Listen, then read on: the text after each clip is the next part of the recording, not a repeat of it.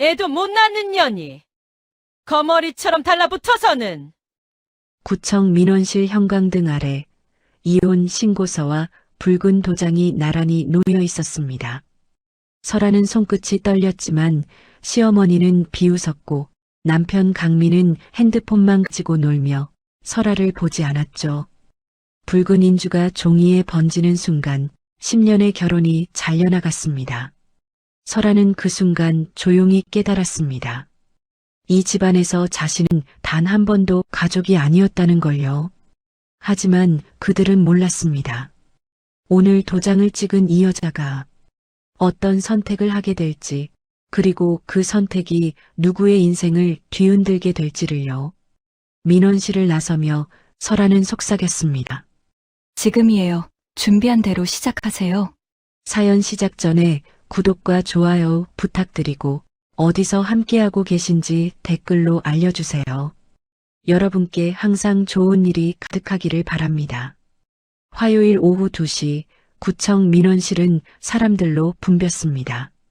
대기 번호판에는 76번이 깜빡이고 있었고 박설아의 손에 쥔 번호표에는 78번이 적혀 있었습니다. 낡은 플라스틱 의자에 앉아있는 설아의 옆으로 시어머니 조말순의 날카로운 시선이 꽂혔어요. 조말순은 서류철을 꽉 쥔 채 며느리를 노려보고 있었고 반대편에 앉은 최강민은 휴대폰 화면만 내려다보고 있었습니다. 민원실 천장에서는 형광등이 윙윙거렸고 어디선가 복사기 돌아가는 소리가 들렸어요. 창구 직원들은 무표정한 얼굴로 서류를 처리하고 있었고 대기하는 사람들은 저마다 번호표를 들여다보며 한숨을 쉬고 있었습니다. 설아는 손바닥을 꽉 쥐었습니다. 땀이 났어요. 10년 전 결혼식장에서 강민의 손을 잡았을 때만 해도 오늘 같은 날이 올 거라고는 상상도 못했었습니다. 그때 조말수는 웃으며 며느리의 손을 잡아주었고 하객들은 박수를 쳤었어요.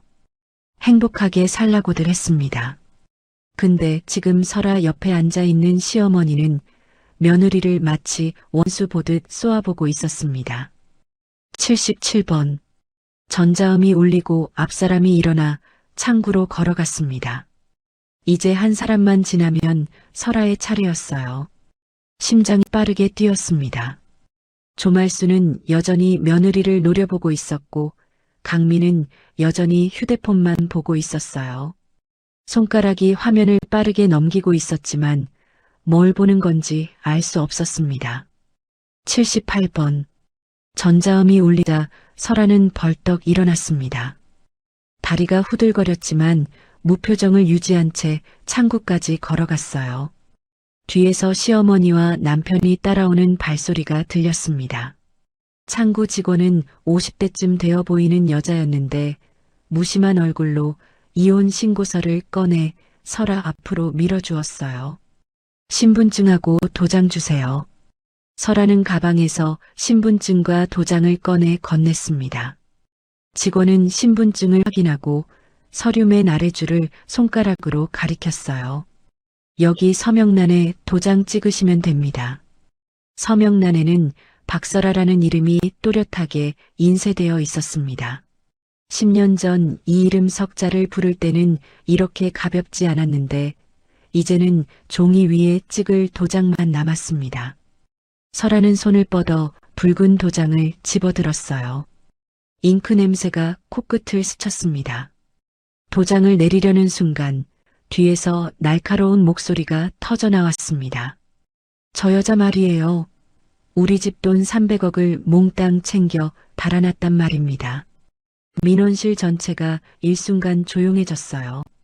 대기 중이던 사람들이 일제히 고개를 돌렸고 복도 쪽에 서 있던 직원들까지 이쪽을 쳐다봤습니다. 창구 너머로 다른 직원들도 고개를 빼꼼 내밀었어요. 설아는 도장을 든 채 굳어버렸습니다. 심장이 귀에서 쿵쾅거렸고 손바닥에 땀이 맺혔어요. 300억이요? 세상에. 그게 무슨 돈이래. 웅성거림이 커지고 누군가는 휴대폰을 꺼내 들었습니다. 조말수는 한 발짝 앞으로 나서며 목소리를 더 높였어요. 10년 동안 착한 며느리인 척하더니 결국 우리 재산 다 빼돌렸어. 시댁 통장에 손대서 300억이나 가져갔다고. 설아는 입술을 깨물었습니다. 해명하고 싶었지만 무슨 말을 해도 이 자리에서는 변명으로밖에 안 들릴 게 뻔했어요. 주변 사람들의 눈빛이 차가워졌고 누군가는 고개를 절레절레 흔들었습니다. 어떤 할머니는 혀를 차며 고개를 돌렸고 어떤 아줌마는 대놓고 설아를 위아래로 훑어봤어요.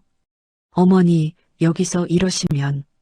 설아가 떨리는 목소리로 말을 꺼내려는 순간 민원실 입구 쪽에서 익숙한 목소리가 들려왔습니다.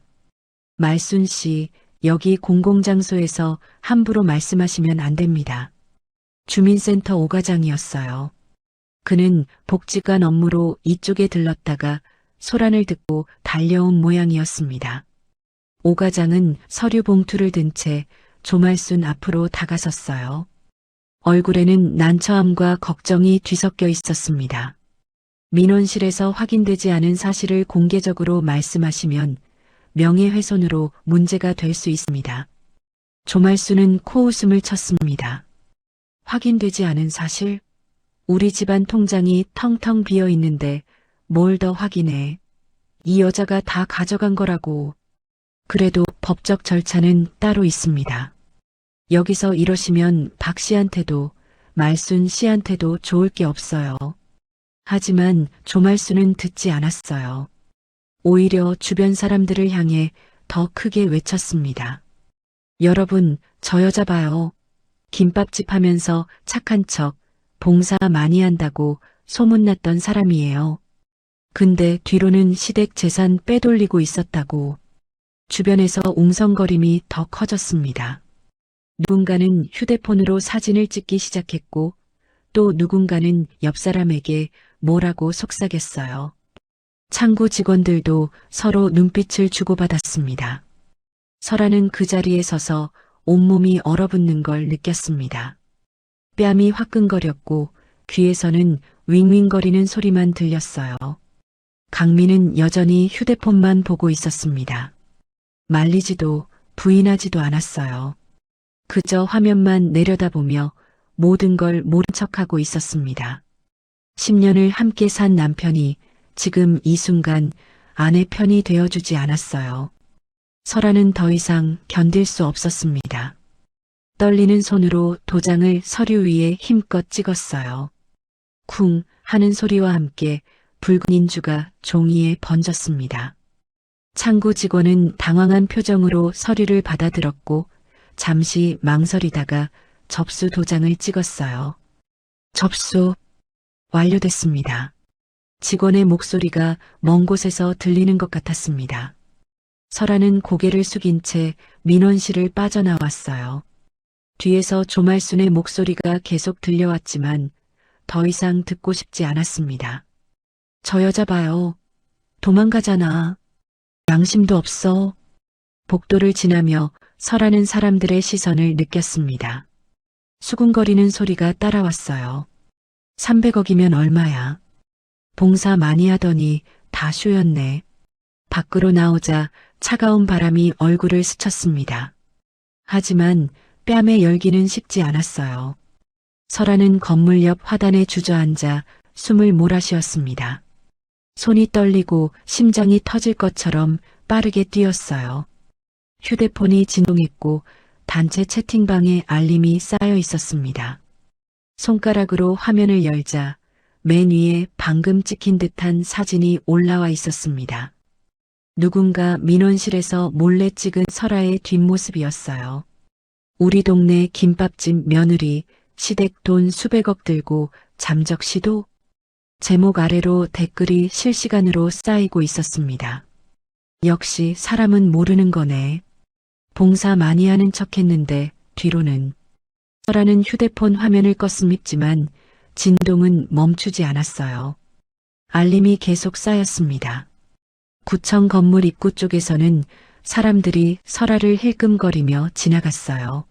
어떤 사람은 대놓고 수군거렸고 어떤 사람은 휴대폰을 들이대며 사진을 찍었습니다. 버스 정류장까지 걸어가는 동안 설아는 계속 뒤를 돌아봤습니다. 젊은 여자 둘이 멀찍이 떨어져서 휴대폰으로 설아를 찍고 있었어요. 설아는 걸음을 빨리하여 버스가 오자마자 뛰어올라 맨 뒤 자리에 앉았습니다. 버스 안에서도 휴대폰은 쉴 새 없이 진동했습니다. 단체방 알림이 100개를 넘어섰고 모르는 번호로 전화도 여러 통 왔습니다. 설아는 휴대폰을 가방 깊숙이 밀어넣고 창밖만 바라봤어요. 익숙한 거리가 스쳐 지나갔지만 이제는 모든 게 낯설었습니다. 옥탑방 앞에 도착했을 때는 해가 기울고 있었습니다. 계단을 올라가는데 다리가 풀렸어요. 중간에 앉아서 쉬었습니다. 숨이 가쁘고 손이 계속 떨렸어요. 문을 열고 들어간 방은 텅 비어 있었습니다. 냉장고 소리만 희미하게 들렸어요. 설아는 바닥에 주저앉았습니다. 그제야 눈물이 났습니다. 소리 없이 조용히 그저 흘러내렸습니다. 10년을 함께 산 가족이 단 한 사람도 설아 편이 되어주지 않았습니다. 남편은 모른 척 고개를 돌렸고 시어머니는 민원실 한복판에서 며느리를 범죄자로 만들어버렸어요. 설아는 그 순간 깨달았습니다. 이 도시 어디에도 자신이 기댈 곳은 없다는 걸. 10년 동안 쌓아온 모든 것이 단 몇 분 만에 무너졌다는 걸. 휴대폰을 다시 꺼냈습니다. 알림이 200개를 넘었어요. 모두 설아에 대한 이야기였습니다.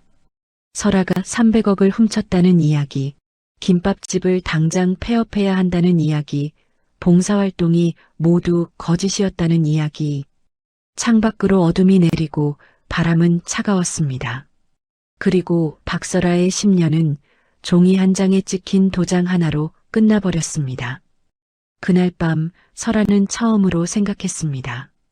이대로 당하고만 살 수는 없다고. 언젠가는 진실을 밝혀야 한다고. 다음 날 점심시간 김밥집 싱크대 앞에서 설거지를 하던 설아는 손을 멈췄어요. 손님이 없는데도 가게 전화가 쉴 새 없이 울렸거든요. 수화기를 들자마자 끊기거나 낮게 욕을 내뱉고 끊어버리는 목소리가 이어졌습니다. 세 번째 전화를 받았을 때는 아예 말도 없이 바로 끊어버렸어요. 설아는 수화기를 내려놓고 휴대폰을 켰습니다. 단체 채팅방 맨 위에 동네 케이블 상담 프로그램 링크가 떠 있었어요. 재생 버튼을 누르자 화면 속에 단정한 검은색 블라우스를 입은 조말순이 앉아 있었습니다. 며느리를 믿었어요. 10년 동안 한 번도 의심한 적 없었어요. 조말순은 눈가를 훔쳤습니다. 손에는 하얀 손수건이 쥐어져 있었고 눈은 붉게 부어 있었어요. 그런데 어느 날 보니 우리 집안 통장이 텅텅 비어 있더라고요. 300억이 넘는 돈이 다 사라졌어요. 진행자는 안타까운 표정으로 고개를 끄덕였습니다. 화면 하단에는 자막이 번쩍였어요. 평생 모은 재산 300억, 며느리가 가져가라는 문구가 굵게 표시됐죠. 김밥집도 하고 봉사활동도 열심히 하는 착한 며느리인 줄 알았는데 조말순의 목소리가 떨렸습니다. 이혼하자마자 연락을 끊어버렸어요. 돈 돌려달라고 해도 대답도 안 해요. 설아는 화면을 보며 입술을 깨물었어요. 한마디도 사실이 아니었습니다. 연락을 끊은 건 강민이었고 돌려달라는 연락은 한 번도 받은 적 없었거든요. 영상은 계속 이어졌습니다. 조말순은 카메라를 향해 호소했어요. 며느리가 어디 있는지 아시는 분 계시면 제발 연락 좀 주세요. 제 노후 자금이 다 그 돈이에요. 영상이 끝나고 댓글창이 열렸습니다. 어휴, 저런 며느리 만나면 진짜. 김밥집까지 했으면 돈은 있었을 텐데 왜 훔쳐. 설아는 휴대폰을 내려놓았습니다. 손이 떨려서 화면을 제대로 잡을 수가 없었어요. 그때 가게 문이 열렸습니다. 오 과장이었어요. 그는 난처한 표정으로 문턱에 서 있었죠. 박 사장님, 잠깐 얘기 좀 할 수 있을까요? 설아는 고개를 끄덕였습니다. 오 과장은 가게 안으로 들어와 조심스럽게 입을 열었어요. 복지관 쪽에서 연락이 왔어요. 내부 민원이 들어왔다고 하더군요. 무슨 민원이요? 박 사장님이 담당하던 모금함 정상건입니다. 회계 자료 제출해달고 하더군요. 설아는 한숨을 내쉬었습니다. 저는 매달 정리해서 복지관 계좌로 다 넣었는데요. 오 과장은 고개를 끄덕였어요. 저도 그렇게 알고 있어요. 근데 요즘 분위기가 박 사장님한테 좋지 않아서요. 복지관 쪽에서도 확실히 정리하고 싶은 것 같더라고요. 그럼 자료를 내면 되는 거죠? 설아의 물음에 오 과장은 잠시 말을 멈췄습니다. 경찰서에서도 연락이 올 겁니다. 공식적인 확인 절차라고 하더군요. 경찰서. 그 단어가 머릿속을 울렸어요. 설아는 손을 꽉 쥐었습니다. 제가 뭘 잘못한 게 있나요? 오 과장은 고개를 저었습니다. 잘못한 건 없어요. 다만 절차상 확인이 필요하다고. 박 사장님, 너무 걱정하지 마세요. 깨끗하면 아무 문제 없을 겁니다. 하지만 설아는 알고 있었어요. 깨끗한 것과 의심받지 않는 것은 다른 문제라는 걸. 이미 동네 전체가 자신을 도둑으로 봤거든요. 방송까지 나간 마당에 누가 자신의 말을 믿어줄까요? 오 과장이 나간 뒤 설아는 텅 빈 가게에 혼자 앉아 있었습니다. 점심시간이 지나갔지만 손님은 한 명도 오지 않았어요. 김밥 재료는 냉장고에 그대로 남아 있었죠. 평소 같으면 벌써 5줄은 팔았을 시간이었는데 오늘은 아무도 문을 열지 않았습니다. 창밖으로 지나가는 사람들이 보였어요. 가게를 힐끔거리는 눈빛, 수군거리며 지나가는 모습. 누군가는 휴대폰을 꺼내 가게 사진을 찍었고 누군가는 고개를 절레절레 흔들었습니다. 저녁이 되어 가게 문을 닫고 옥탑방으로 올라갔어요. 우편함에는 복지관에서 보낸 공문이 꽂혀 있었습니다. 회계자료 제출 요청의 건이라는 문구가 눈에 들어왔어요. 봉투를 뜯는 손이 떨렸습니다. 공문에는 모금함 정산 내역과 통장 사본을 일주일 내로 제출하라고 적혀 있었죠. 방 한쪽에는 오래전부터 모아둔 상자들이 쌓여 있었습니다. 김밥집 영수증, 봉사활동 일지, 은행 통장 사본들이 뒤섞여 있었어요. 설아는 먼지를 털어내며 하나씩 꺼내기 시작했습니다. 먼지가 풀풀 날렸고 묵은 서류들 사이에서 낡은 봉투 하나가 나왔어요. 별빛 나눔 재단. 아버지가 운영하던 작은 재단 이름이었습니다. 설아는 봉투를 한참 들여다보다가 다시 상자 안에 넣었어요. 지금은 열어볼 용기가 나지 않았습니다. 아버지가 돌아가신 지 10년이 넘었고 그동안 이 재단에 대해서는 생각하지 않으려고 애썼거든요. 떠올리면 가슴이 아팠으니까요. 창밖으로 어둠이 내렸습니다. 휴대폰 화면에는 여전히 알림이 쌓이고 있었어요. 설아는 불을 끄고 이불을 뒤집어 썼습니다. 어둠 속에서도 휴대폰 진동이 느껴졌죠. 단체방 알림, 모르는 번호의 전화, 계속해서 쌓이는 메시지들. 내일은 경찰서에서 연락이 올 거예요. 그리고 그 다음 날도 설아는 계속 설명해야 할 겁니다. 자신이 도둑이 아니라고, 자신이 거짓말쟁이가 아니라고. 하지만 아무도 믿지 않을 거예요. 천장을 바라보는 설아의 눈에서 눈물이 흘러내렸습니다. 소리 없이 조용히 10년을 쌓아온 모든 것이 무너지는 소리가 들리는 것 같았어요. 김밥집, 봉사활동, 이웃들과의 관계, 모든 게 방송 하나로 사라져버렸습니다. 휴대폰을 다시 켜보니 알림이 300개를 넘었습니다. 동네 카페 게시판, 맘카페, 장터 채팅방. 모든 곳에서 설아의 이름이 오르내렸죠. 김밥집 사장, 300억 도둑, 봉사 사기꾼. 설아를 부르는 이름이 점점 늘어났습니다. 방 안은 고요했어요. 냉장고 소리만 희미하게 들렸죠. 설아는 이불을 더 깊이 뒤집어 썼습니다. 내일 아침이 오지 않았으면 좋겠다고 생각했어요. 하지만 밤은 깊어갔고 새벽은 어김없이 다가왔습니다. 그날 밤 설아는 다시 깨달았어요. 이 싸움은 이제 막 시작됐다는 걸, 그리고 자신은 혼자라는 걸. 사흘 뒤 휴대폰이 울렸습니다. 모르는 번호였어요. 설아는 잠시 망설이다가 통화 버튼을 눌렀죠. 박설아 씨 맞으시죠? 저는 동구경찰서 경제팀 김경희입니다. 차분하지만 단단한 목소리였습니다. 설아의 손에서 휴대폰이 미끄러질 뻔했어요. 심장이 빠르게 뛰기 시작했죠. 경찰서라는 단어가 머릿속을 울렸습니다. 복지관 기부금 정상건으로 사실 확인이 필요합니다. 언제 한번 들러주시겠습니까? 경희의 목소리는 친절했지만 설아에게는 차갑게 들렸어요. 손바닥에 땀이 나고 입술이 바짝 말랐죠. 한참을 아무 말도 하지 못하고 서 있었습니다. 내일 오후 2시에 갈게요. 겨우 목소리를 짜냈습니다. 전화가 끊기고 설아는 소파에 주저앉았어요. 다리에 힘이 풀렸습니다. 경찰서에 간다는 것 자체가 이미 문제였죠. 누군가 보면 또 소문이 퍼질 거예요. 다음 날 오후 설아는 경찰서 민원실 앞에 서 있었습니다. 입구를 지나 복도를 걷는 동안 온몸이 굳어지는 느낌이었어요.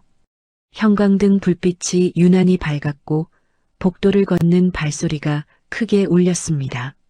경제팀 사무실 문을 열자 중년의 남자 경위가 일어나 악수를 청했어요. 박설아 씨 앉으세요. 오늘은 간단하게 몇 가지만 확인하겠습니다. 설아는 딱딱한 의자에 앉았습니다. 경희는 파일을 펼쳤어요. 서류가 여러 장 쌓여 있었고 형광펜으로 줄이 그어진 부분들이 보였습니다.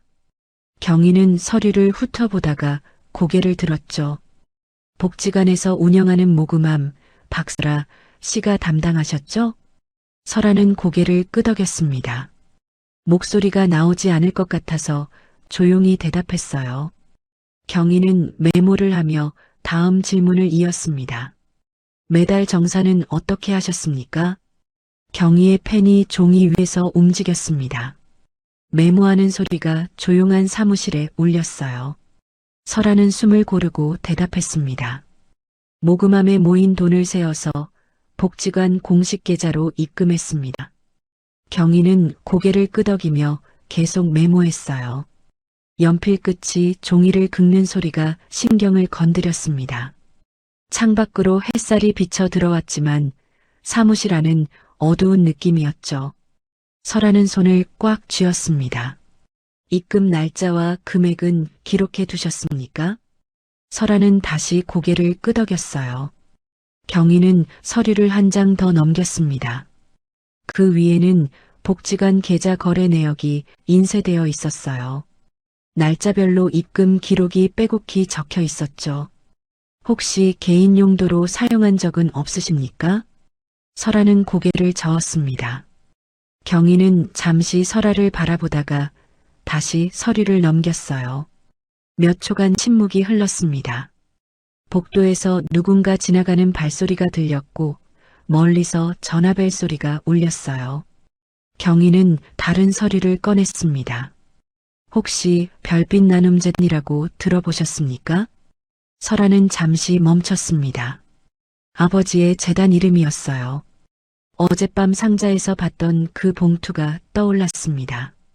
손이 떨렸지만 애써 침착함을 유지했어요. 제 아버지가 운영하던 재단입니다. 경희는 고개를 끄덕이며 메모했습니다. 설아는 의자에 앉아 손을 무릎 위에 올려요.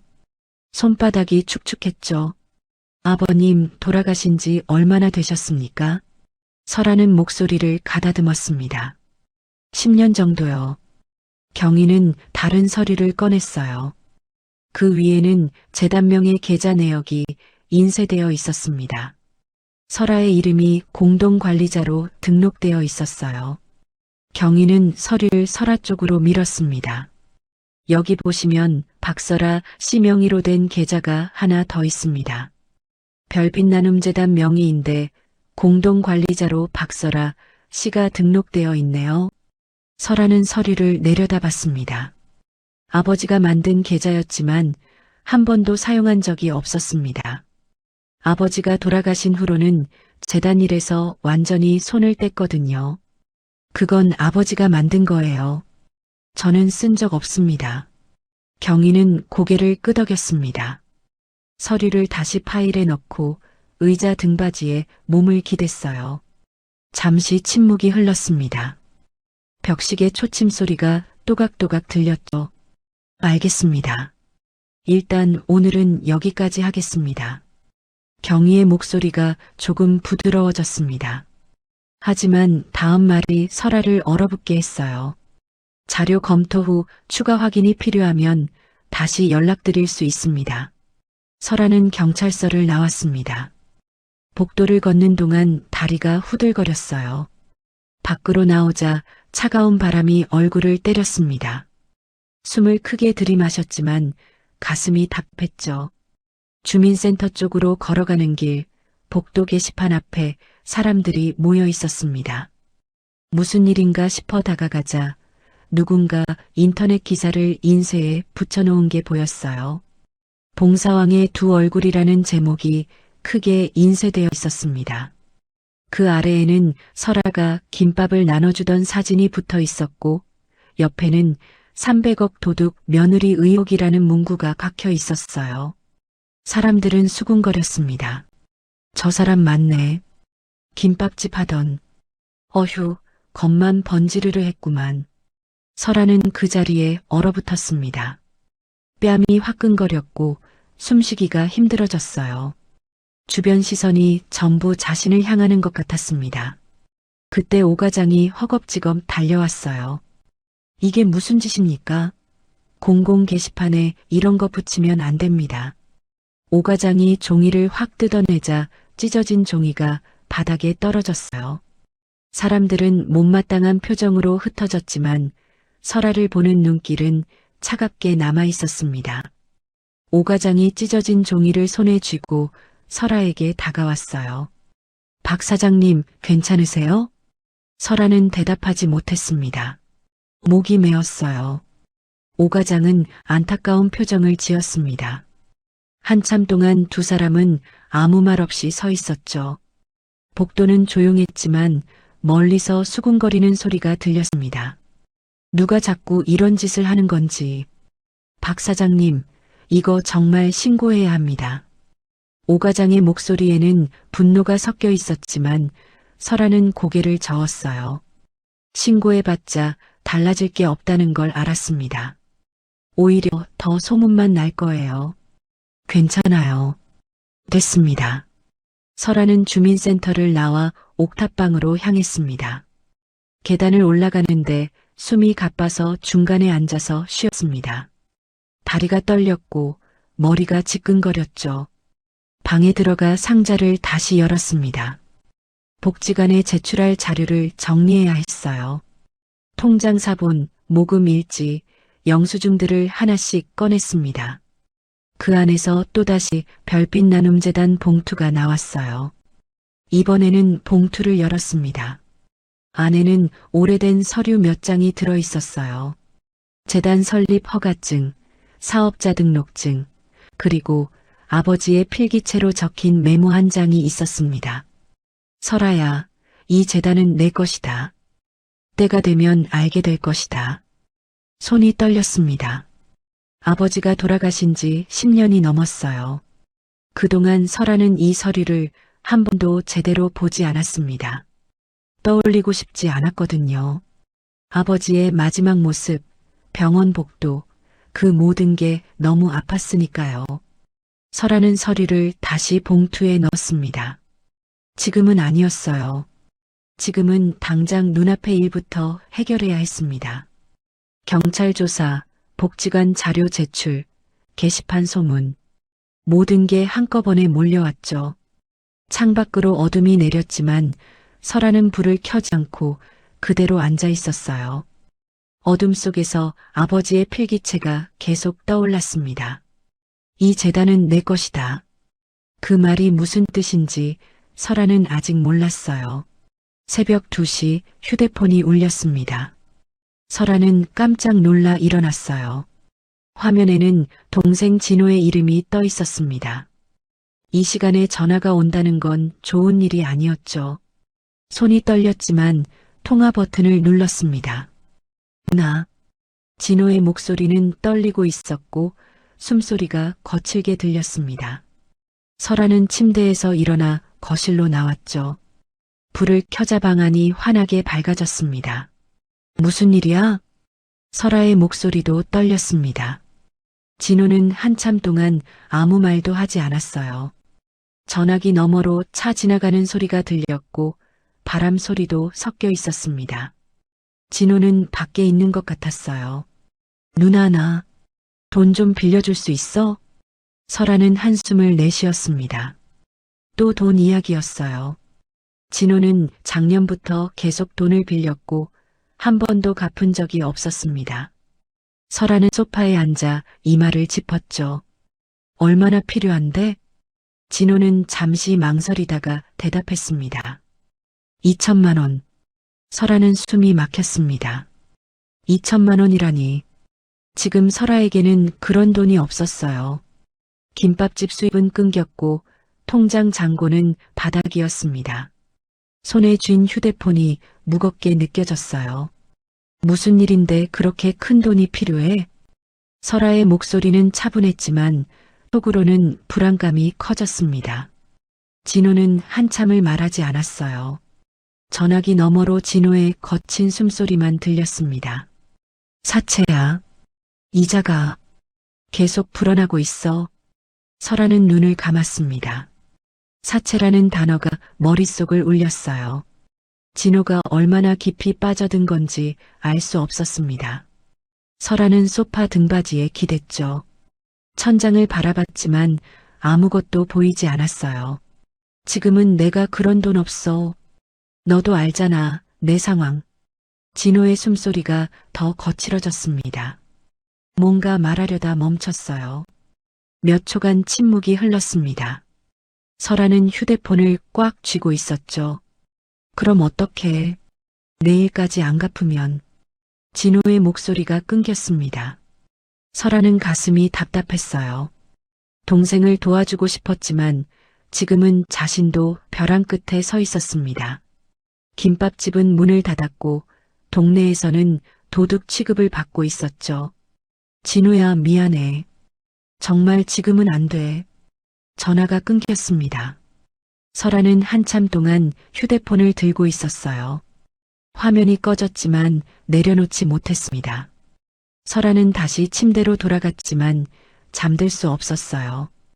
다음 날 아침 문을 두드리는 소리가 들렸습니다. 설아는 부스스한 머리를 정리하고 문을 열었어요. 진호가 서 있었습니다. 얼굴은 창백했고 눈 밑에는 다크서클이 짙게 내려앉아 있었죠. 손에는 봉투 하나를 들고 있었습니다. 누나. 진호는 방 안으로 들어왔습니다. 설아는 물을 끓이러 부엌으로 갔어요. 진호는 소파에 앉아 봉투를 테이블 위에 올려놓았습니다. 붉은색 글씨로 독촉장이라고 적혀 있었어요. 이게 뭐야? 설아가 물 2잔을 들고 와서 물었습니다. 진호는 봉투를 밀어냈어요. 설아는 앉아서 봉투를 열었습니다. 안에는 채무 확인서가 들어 있었죠. 원금 2천만 원, 이자 300만 원, 총 2,300만 원을 일주일 내에 상환하라는 내용이었습니다. 진호야, 이게 대체. 설아의 목소리가 떨렸습니다. 진호는 고개를 숙이고 있었어요. 손은 무릎 위에서 떨리고 있었습니다. 설아는 독촉장을 다시 봉투에 넣었죠. 어떻게 이렇게까지 됐어? 진호는 한참 동안 대답하지 않았습니다. 벽식의 초침 소리만 또각또각 들렸어요. 창밖으로는 햇살이 비쳐 들어왔지만 방 안은 무겁고 어두운 분위기였습니다. 진호가 천천히 입을 열었어요. 회사에서 잘렸어. 6개월 전에. 설아는 숨을 멈췄습니다. 6개월이나 됐다는 걸 이제야 알았어요. 진호는 고개를 들지 못했습니다. 설아는 손을 뻗어 진호의 어깨를 잡았죠. 그동안 왜 말 안 했어? 진호는 고개를 저었습니다. 눈가가 붉어졌어요. 목소리는 더 작아졌습니다. 누나도 힘든데 말할 수가 없었어. 설아는 한숨을 내쉬었습니다. 동생도 자신도 모두 바닥까지 내려온 것 같았어요. 설아는 테이블 위에 독촉장을 바라봤습니다. 붉은 글씨가 눈에 들어왔죠. 지금 어디 있어? 진호는 고개를 들었습니다. 눈은 충혈되어 있었어요. 설아의 질문에 잠시 망설이다가 대답했습니다. 친구 집에 얹혀 지내. 설아는 물 한 모금을 마셨습니다. 찬물이 목을 타고 내려갔고 머리가 복잡했어요. 자신도 어떻게 해야 할지 몰랐죠. 진호는 소파에 기댄 채 천장을 바라봤습니다. 누나 나 별빛 나눔재단 서류 좀 봤어. 설아는 깜짝 놀라 진호를 쳐다봤습니다. 진호의 눈빛이 흔들렸어요. 설아는 가슴이 철렁 내려앉는 걸 느꼈습니다. 언제 봤어? 진호는 시선을 피했습니다. 손가락으로 소파 가장자리를 만지작거렸어요. 한참 동안 아무 말도 하지 않았습니다. 설아는 기다렸죠. 진호가 천천히 입을 열었습니다. 며칠 전에 누나 방에 있던 상자 보게 됐어. 설아는 숨을 깊이 들이마셨습니다. 진호가 재단 서류를 봤다는 게 불안했어요. 아버지가 남긴 그 메모까지 봤을까요? 설아는 조용히 물었습니다. 뭘 봤는데? 진호는 여전히 시선을 피하고 있었습니다. 입술을 깨물었어요. 몇 초간 침묵이 흘렀습니다. 밖에서 차 지나가는 소리가 들렸죠. 재단 계좌번호. 설아의 심장이 빠르게 뛰기 시작했습니다. 진호가 왜 그걸 봤을까요? 설아는 목소리를 낮췄어요. 왜? 진호는 대답하지 않았습니다. 그 순간 진호의 휴대폰이 울렸어요. 진호는 깜짝 놀라 휴대폰을 꺼냈습니다. 화면을 보더니 얼굴이 창백해졌죠. 전화를 받지 않고 휴대폰을 주머니에 다시 넣었어요. 누구야? 설아가 물었습니다. 진호는 고개를 저었어요. 하지만 손은 계속 떨리고 있었습니다. 설아는 진호의 표정을 살폈죠. 뭔가 숨기고 있는 게 분명했어요. 진호야, 나한테 솔직하게 말해. 진호는 일어섰습니다. 설아를 보지 않고 현관 쪽으로 걸어갔어요. 손은 주머니에 넣고 있었습니다. 설아도 따라 일어섰죠. 진호야. 진호는 문고리를 잡았습니다. 잠시 멈춰섰어요. 뒤돌아보지 않고 말했습니다. 누나 미안해. 문이 닫혔습니다. 설아는 그 자리에 서서 멍하니 문을 바라봤어요. 진호가 무슨 짓을 한 건지 알 수 없었습니다. 하지만 불안감이 가슴을 조였죠. 재단 계좌번호를 왜 봤을까요? 그리고 그 전화는 누구였을까요?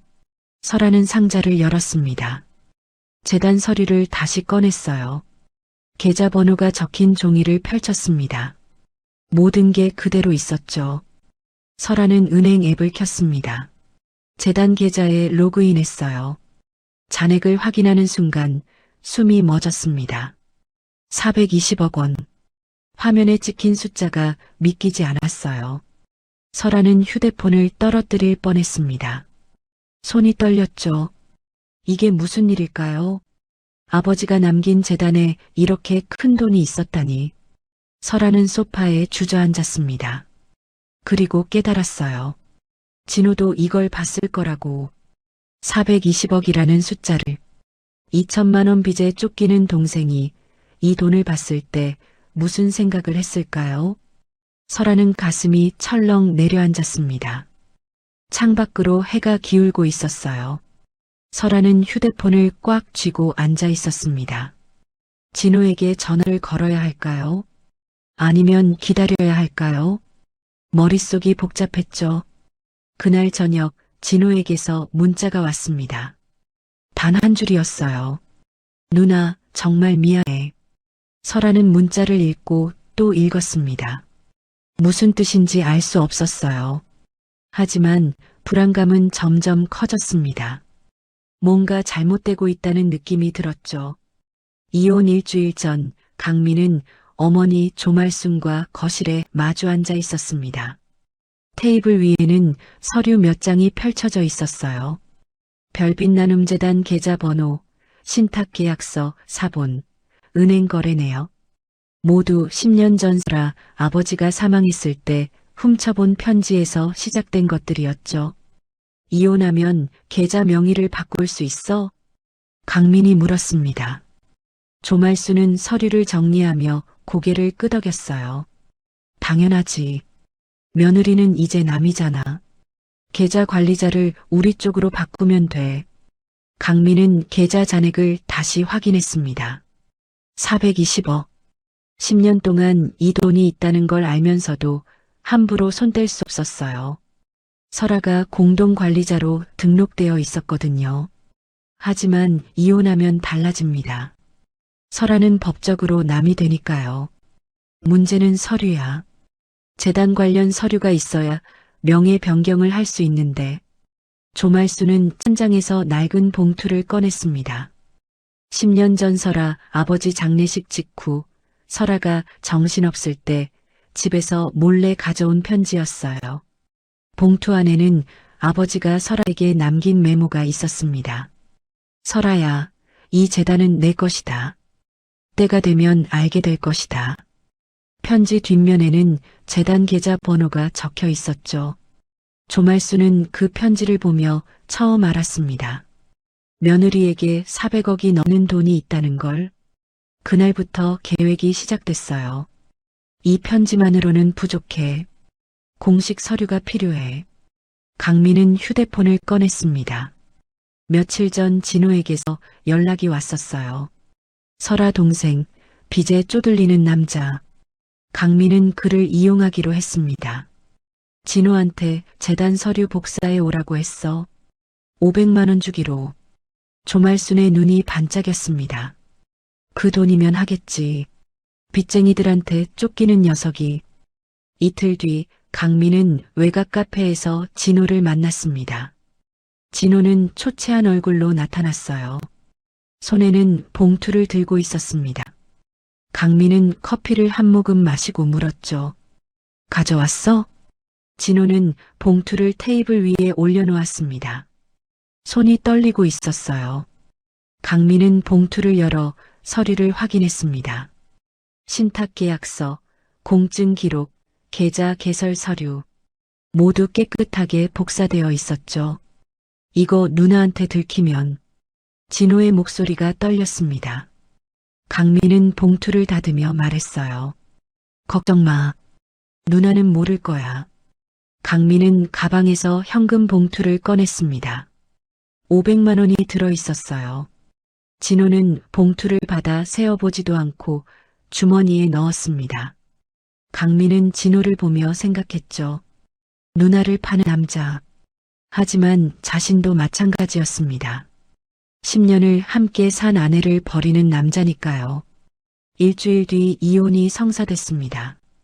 민원실에서 도장을 찍는 설아를 보며 조말수는 300억 도둑이라고 소리쳤어요. 계획의 첫 단계였습니다. 설아를 도둑으로 만들어 세상의 시선을 돌리는 것. 그 사이 진짜 일을 진행하는 거죠. 이혼 한 달 뒤 강민은 외곽상가 건물 지하로 내려갔습니다. 법률상담소라는 간판이 걸린 곳이었어요. 문을 열고 들어가자 양복을 입은 남자가 앉아 있었습니다. 40대쯤 되어 보였고 얼굴에는 피곤함이 가득했죠. 최강민 씨 맞으시죠? 남자가 물었습니다. 강민은 고개를 끄덕이고 의자에 앉았어요. 테이블 위에는 노트북이 놓여 있었습니다. 서류는 준비하셨습니까? 강민은 가방에서 진호에게 받은 재단 서류를 꺼냈습니다. 남자는 서류를 받아 훑어봤어요. 신탁계약서, 공증 기록을 천천히 확인했습니다. 이 서류를 바탕으로 명예 변경 서류를 만들 수 있습니다. 남자는 노트북을 열어 작업을 시작했습니다. 키보드 소리가 좁은 사무실에 울렸어요. 원래 관리자가 박설아 씨인데 이걸 최강민 씨와 조말순 씨로 바꾸는 겁니다. 남자는 계속 타이핑했습니다. 강민은 손을 꽉 쥐었어요. 이게 마지막 단계였습니다. 이 서류만 은행에 제출하면 420억이 자기 것이 되는 거죠. 서명만 하시면 됩니다. 남자가 서류를 돌렸습니다. 강민은 펜을 들어 서명란에 이름을 적었어요. 손이 약간 떨렸지만 티내지 않고 천천히 이름을 적었습니다. 조말순 서명란에는 미리 연습한 어머니 필체를 따라 적었죠. 비용은 2천만 원입니다. 강민은 가방에서 현금 뭉치를 꺼냈습니다. 100만 원권 20장이었어요. 남자는 돈을 세어보고 서랍에 넣었습니다. 아무 영수증도 주지 않았죠. 일주일 뒤에 다시 오세요. 서류 완성해 드리겠습니다. 강민은 사무실을 나왔습니다. 계단을 올라가는 동안 심장이 빠르게 뛰었어요. 일주일 뒤 강민은 같은 장소에서 완성된 서류를 받았습니다. 명예 변경 신청서, 신탁 정산 확인서, 계좌 이체 동의서, 모든 도장과 서명이 깔끔하게 찍혀 있었어요.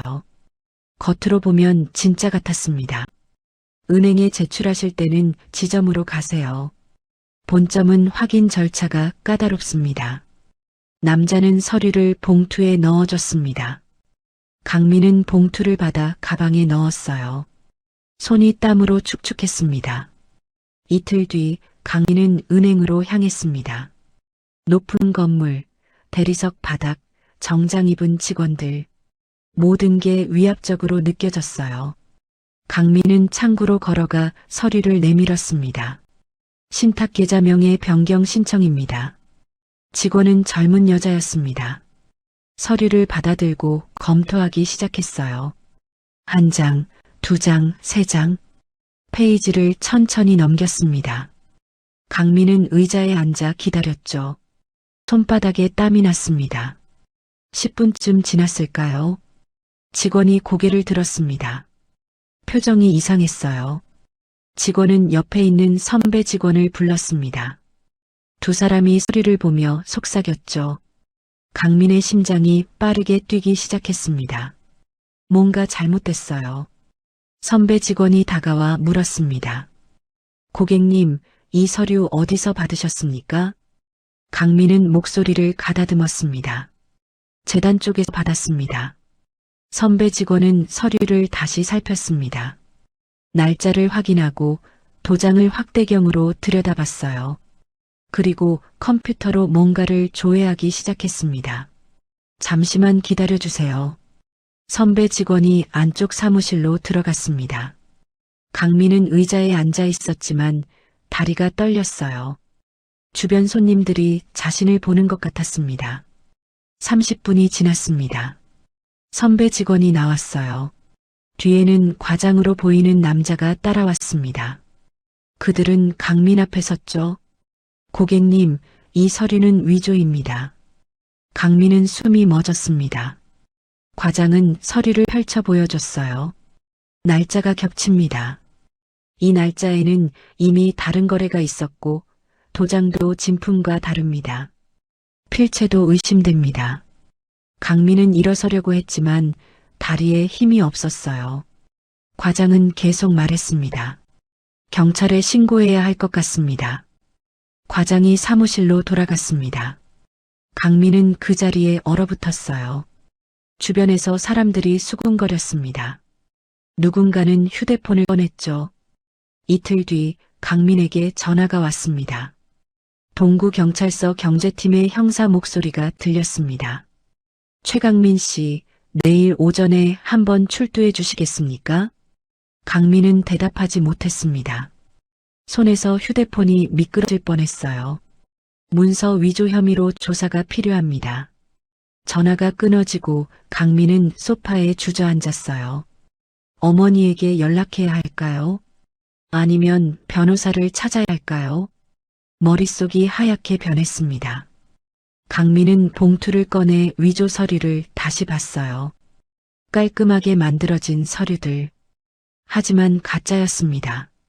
2천만 원을 주고 산 종이 쪼가리였죠. 강민은 서류를 찢었습니다. 1장, 2장, 3장. 모두 찢어 쓰레기통에 버렸어요. 하지만 소용없었습니다. 은행에는 이미 사본이 있었고 경찰은 조사를 시작했으니까요. 휴대폰이 울렸습니다. 어머니였어요. 강민은 전화를 받지 않았습니다. 다시 울렸지만 또 받지 않았죠. 세 번째 울림에 강민은 휴대폰을 꺼버렸습니다. 방 안은 고요했습니다. 냉장고 소리만 희미하게 들렸고 강민은 천장을 바라봤습니다. 420억을 꿈꿨지만 이제 남은 건 문서 위조 혐의뿐이었죠. 일주일 뒤 휴대폰이 울렸습니다. 경찰서였어요. 설아는 소파에 앉아 전화를 받았습니다. 김경희의 목소리가 들렸죠. 박설아 씨, 내일 오전 10시에 한 번 더 들러주시겠습니까? 설아는 한숨을 내쉬었습니다. 또 경찰서였어요. 설아는 목소리를 가다듬었죠. 무슨 일이에요? 경희는 잠시 침묵했습니다. 서류 넘기는 소리가 들렸어요.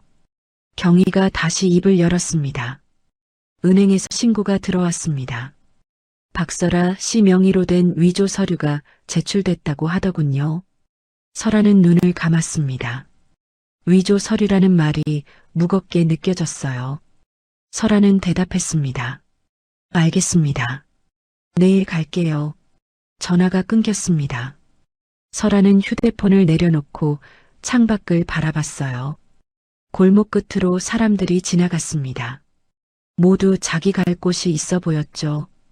다음 날 아침 설아는 경찰서로 향했습니다. 민원실을 지나 복도를 걸었어요. 경제팀 사무실 문을 열자 김경희가 서류를 펼쳐놓고 있었죠. 앉으세요. 설아는 의자에 앉았습니다. 경희는 파일을 펼쳤어요. 설아는 손을 무릎 위에 올려놓았습니다. 손바닥에 땀이 났죠. 며칠 전에 은행에서 신고가 들어왔습니다. 박설아 씨 명의로 된 서류가 제출됐는데 위조로 확인했습니다. 경희는 서류를 꺼내 설아 앞으로 밀었어요. 명의 변경 신청서, 신탁 정산 확인서. 설아의 이름이 적혀 있었지만 설아는 한 번도 본 적 없는 서류들이었습니다. 이 서류 보신 적 있으십니까?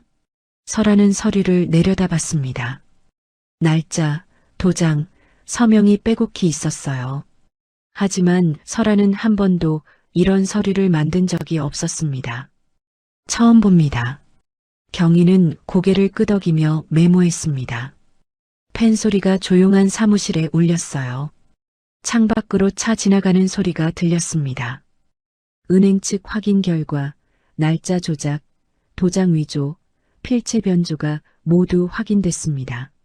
경희는 다른 서류를 꺼냈습니다. CCTV 캡처 사진이었어요. 은행 창구에서 서류를 제출하는 남자의 뒷모습이 찍혀 있었습니다. 이 사람 아십니까? 설아는 사진을 보는 순간 가슴이 철렁 내려앉았습니다. 강민이었어요. 전 남편이 자신의 이름으로 위조 서류를 만들어 은행에 간 거였습니다. 제 전 남편입니다. 경희는 메모를 했습니다. 잠시 침묵이 흘렀어요. 벽식의 초침 소리가 또각또각 들렸습니다. 경희는 서류를 정리하며 말했죠. 박설아 씨는 이 서류 제작에 관여하신 적 없으십니까? 설아는 고개를 저었습니다. 전혀 없습니다. 이혼 후로 연락도 안 했습니다. 경희는 고개를 끄덕였습니다. 서류를 다시 파일에 넣고 의자 등받이에 몸을 기댔습니다. 알겠습니다. 박설아 씨는 피해자 입장이니 걱정하지 마세요. 위조건은 전 남편 쪽으로 별도 수사 진행하겠습니다. 설아는 숨을 깊이 들이마셨습니다. 경위는 다른 서류를 꺼냈어요. 그리고 복지관 기부금 건은요? 설아가 물었습니다. 경위는 잠시 생각하더니 대답했죠. 아직 조사 진행 중입니다. 회계 자료는 받았는데 복지관 측과 대조 작업 중이에요. 시간 좀 걸릴 것 같습니다. 설아는 고개를 끄덕였습니다. 복지관 문제도 위조 서류 문제도 모든 게 아직 끝나지 않았어요. 경위는 파일을 닫으며 말했습니다. 일단 오늘은 여기까지 하겠습니다. 설아는 경찰서를 나왔습니다. 복도를 걷는 동안 다리가 후들거렸어요. 밖으로 나오자 햇살이 따가웠습니다. 설아는 손으로 눈을 가렸죠. 주민센터 쪽으로 걸어갔습니다. 복도에서 오 과장이 손짓해서요. 설아는 다가갔습니다. 오 과장은 난처한 표정이었죠. 박 사장님, 게시판 쪽 좀 보셨어요? 설아는 고개를 저었습니다. 오 과장은 한숨을 내쉬었어요. 게시판 쪽을 가리켰습니다. 또 누가 뭘 붙여놨어요? 설아는 게시판으로 걸어갔습니다. 사람들이 몇 명 모여 있었어요. 게시판에는 또다시 인쇄된 기사가 붙어 있었습니다. 이번에는 사진이 더 컸죠. 설아가 봉사활동할 때 찍은 사진이었습니다. 김밥집 앞에서 웃고 있는 사진도 있었어요. 그 아래에는 붉은 글씨로 제목이 박혀 있었습니다. 300억 도둑 며느리, 경찰 조사 중. 설아는 숨이 막혔습니다. 사람들은 수군거렸어요. 또 경찰서 갔나 봐. 아직도 안 잡혔네. 설아는 그 자리에 얼어붙었습니다. 오 과장이 황급히 다가와 종이를 뜯어냈어요. 찢어지는 소리가 크게 울렸습니다. 사람들은 못마땅한 표정으로 흩어졌죠. 누가 자꾸 이런 짓을 하는 건지. 박 사장님, 이거 정말 신고해야 합니다. 오 과장의 목소리에는 분노가 섞여 있었습니다. 설아는 고개를 저었어요. 찢어진 종이가 바닥에 떨어졌습니다. 괜찮아요. 오 과장은 안타까운 표정을 지었습니다. 박 사장님이 얼마나 억울하실지 제가 복지관 쪽에 다시 한번 얘기해 볼게요. 설아는 고개를 끄덕였습니다. 하지만 아무 기대도 하지 않았어요. 오 과장은 설아의 어깨를 가볍게 두드렸습니다. 힘내세요. 정말로. 설아는 주민센터를 나와 김밥집으로 향했습니다. 골목을 걷는 동안 지나가는 사람들이 힐끔거렸어요. 어떤 사람은 고개를 절레절레 흔들었습니다. 설아는 고개를 숙이고 걸었죠. 김밥집 앞에 도착했습니다. 가게 문에는 임대라는 딱지가 붙어 있었어요. 빨간 글씨가 눈에 들어왔습니다. 설아는 한 달 전에 집주인에게 가게를 정리하겠다고 말했었죠. 문을 열고 들어가니 텅 빈 냉장고가 보였어요. 먼지 쌓인 조리대, 쌓여있는 김밥 재료들. 10년 동안 운영했던 가게가 이렇게 끝나는 게 믿기지 않았습니다. 설아는 조리대에 앉아 휴대폰을 꺼냈어요. 단체 채팅방에는 여전히 알림이 쌓여 있었습니다. 설아는 화면을 열었죠. 박설아 봤어? 오늘도 주민센터에 있던데. 아직도 안 잡혔어? 경찰 뭐하냐? 설아는 채팅방을 나갔습니다. 하지만 다른 채팅방에서도 비슷한 메시지들이 올라오고 있었어요. 설아는 휴대폰을 내려놓았습니다. 창밖을 바라봤습니다. 지나가는 사람들이 가게를 힐끔거렸어요. 어떤 사람은 휴대폰으로 사진을 찍었습니다. 설아는 블라인드를 내렸죠. 1시간쯤 지났을까요? 가게 문이 열렸습니다. 설아는 고개를 들었어요. 예전에 단골이었던 할머니가 들어왔습니다. 사장님. 할머니의 목소리는 따뜻했습니다. 설아는 일어나자 할머니는 조심스럽게 다가왔습니다. 어머니, 어떻게 오셨어요? 할머니는 설아를 바라봤습니다. 주름진 얼굴에 걱정이 가득했어요. 할머니는 한숨을 내쉬었습니다. 사장님, 요즘 소문 많이 들었어요. 설아는 고개를 숙였습니다. 할머니 앞에서 눈물이 날 것 같았어요. 할머니는 설아의 손을 잡았습니다. 근데 말이죠. 나는 사장님 믿어요. 설아는 고개를 들었습니다. 할머니의 눈빛은 진심이었어요. 10년 동안 봐왔는데 사장님이 그런 사람 아니라는 거 알아요. 설아는 눈가가 뜨거워졌습니다. 할머니의 손이 따뜻했어요. 할머니는 설아의 손을 꽉 쥐었습니다. 김밥 하나 팔 때도 정성스럽게 하시고 봉사활동도 진심으로 하시던 분인데 내가 모를 리 없지. 설아는 입술을 깨물었습니다. 눈물이 흐를 것 같았어요. 할머니는 작은 봉투 하나를 꺼냈습니다. 이거라도 받아요. 많지는 않지만. 설아는 고개를 저었습니다. 아니에요, 괜찮아요. 할머니는 봉투를 설아의 손에 쥐어줬습니다. 받아요. 사장님이 그동안 우리한테 얼마나 잘해줬는데. 설아는 떨리는 손으로 봉투를 받았습니다. 할머니는 설아의 어깨를 두드렸어요. 따뜻한 손길이었습니다. 힘내세요. 진실은 언젠가 밝혀져. 조금만 견뎌. 할머니는 설아를 안아줬습니다. 설아는 더 이상 참을 수 없었어요. 할머니의 품에서 소리내어 울었습니다. 할머니는 설아의 등을 토닥였죠. 한참을 울고 나서야 설아는 할머니를 놓아줬습니다.